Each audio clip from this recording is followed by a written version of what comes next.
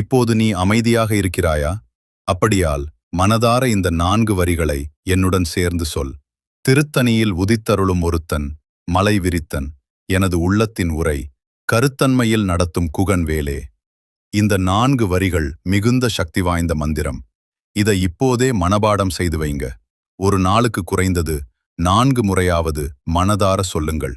உண்மையில் உங்களுக்கு முருகர் மீது பக்தி இருந்தால் கண்டிப்பாக இதை உங்கள் உள்ளத்தில் வைத்திருப்பீர்கள். வேல்மாறல் முழுவதையும் படிக்க முடியாதவர்கள் கூட இந்த 4 வரிகளை சொல்லி முருகனை